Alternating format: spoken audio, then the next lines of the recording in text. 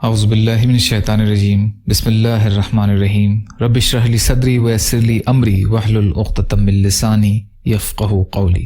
4 جمادی الثانی اسلامی تاریخ۔ بادشاہوں کے نام دعوتی خطوط۔ صلح حدیبیہ کے بعد حالات قدرتی طور پر کچھ بہتر ہو گئے تو رسول اللہ صلی اللہ علیہ وسلم نے عرب کے امیروں اور دنیا کے بادشاہوں کے نام دعوتی خطوط بھیجنے کا ارادہ کیا، اور اس بارے میں صحابہ کرام رضی اللہ تعالی عنہم کو مسجد نبوی میں جمع کر کے خطاب فرمایا کہ اے لوگوں، اللہ تعالیٰ نے مجھ کو پورے عالم کے لیے رحمت و رسول بنا کر بھیجا ہے، اس لیے میری طرف سے دنیا کو یہ پیغام پہنچاؤ۔ اللہ تعالیٰ تم پر رحم کرے گا، اور دیکھو عیسیٰ علیہ السلام کے حواریوں کی طرح اختلاف نہ کرنا کہ قریب بھیجنے کو کہا تو رضامند ہو گئے، اور کہیں دور جانے کو حکم دیا تو زمین پر بوجھ بن کر بیٹھ گئے۔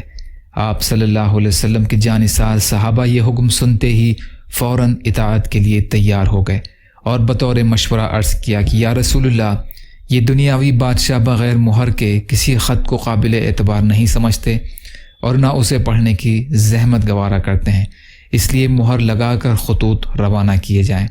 آپ صلی اللہ علیہ وسلم نے صحابہ کے مشورے سے مہر لگانے کے لیے چاندی کی انگوٹھی بنائی جس پر محمد رسول اللہ لکھا ہوا تھا۔ اس کے بعد حضور صلی اللہ علیہ وسلم نے بادشاہوں کے نام مہر بند دعوتی خطوط بھیجنے کا سلسلہ شروع فرمایا۔ حضور صلی اللہ علیہ وسلم کا معجزہ کندھے کا اچھا ہو جانا۔ ایک غزوے میں حضرت خبیب بن یساف رضی اللہ عنہ کو کندھے اور گردن کے بیچ میں تلوار لگی، جس کی وجہ سے وہ حصہ لٹک پڑا۔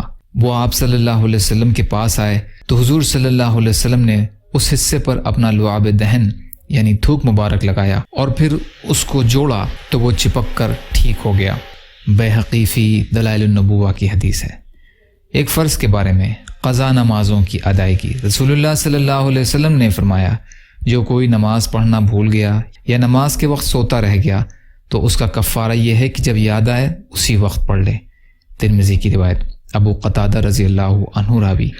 فائدہ: اگر کسی شخص کی نماز کسی عذر کی وجہ سے چھوٹ جائے یا سونے کی حالت میں نماز کا وقت گزر جائے تو بعد میں اس کو پڑھنا فرض ہے۔ ایک سنت کے بارے میں گھبراہٹ کے وقت کی دعا۔ رسول کریم صلی اللہ علیہ وسلم گھبراہٹ کے وقت یہ دعا سکھاتے تھے: اعوذ بکلمات اللہ التامات من غضب وشر عبادہ ومن حمزات الشیاطین وان یحضرون۔ پناہ مانگتا ہوں میں اللہ کے کامل اور مکمل کلمات کے ذریعے اس کے غضب اور عذاب سے، اور اس کے بندوں کے شر سے، اور شیاطین کے وساوس اور اثرات سے، اور اس بات سے کہ شیاطین میرے قریب ہوں۔ ابو داؤد کی روایت ہے۔ عبداللہ بن عمرو رضی اللہ عنہ راوی ہیں۔ ایک اہم عمل کی فضیلت اہل و عیال پر خرچ کرنا۔ رسول کریم صلی اللہ علیہ وسلم نے فرمایا، آدمی جو کچھ اپنے اوپر، اپنی اولاد، بیوی، محرم اور رشتہ دار پر خرچ کرتا ہے تو اس کو صدقہ کرنے کا ثواب ملے گا۔ طبرانی اوسط کی حدیث ہے۔ حضرت جابر رضی اللہ عنہ راوی ہیں۔ ایک گناہ کے بارے میں کفر اور نافرمانی کی سزا۔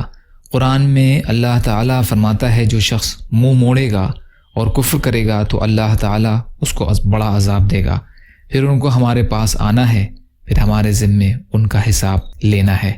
سورہ غاشیہ کی آیتوں کا ترجمہ ہے۔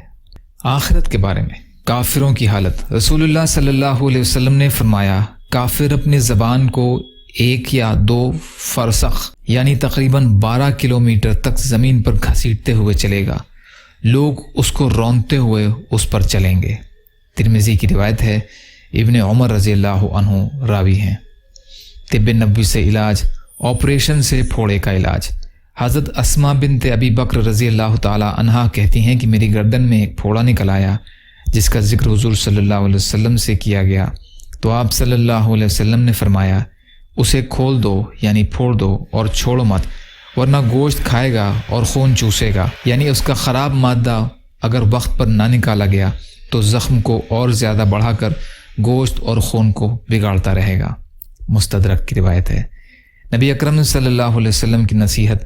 رسول کریم صلی اللہ علیہ وسلم نے فرمایا، تم میں سے ہر ایک دائیں ہاتھ سے کھائے اور دائیں ہاتھ سے پیے، اور دائیں ہاتھ سے ہی کوئی چیز لے اور دائیں ہاتھ سے ہی دوسرے کو کوئی چیز دے، کیونکہ شیطان اپنے بائیں ہاتھ سے کھاتا پیتا ہے اور بائیں ہاتھ سے ہی لیتا دیتا ہے۔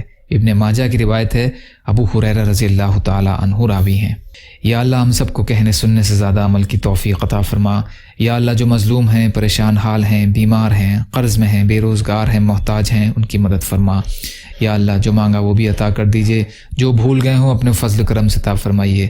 ہر خیر کی چیز میں ہمارا حصہ کر دیجئے، ہر شر کی چیز سے ہماری حفاظت فرمائیے، صحت کلی عطا فرمائیے برحمتک یا ارحم الراحمین۔ لا الہ الا محمد رسول اللہ۔ السلام علیکم۔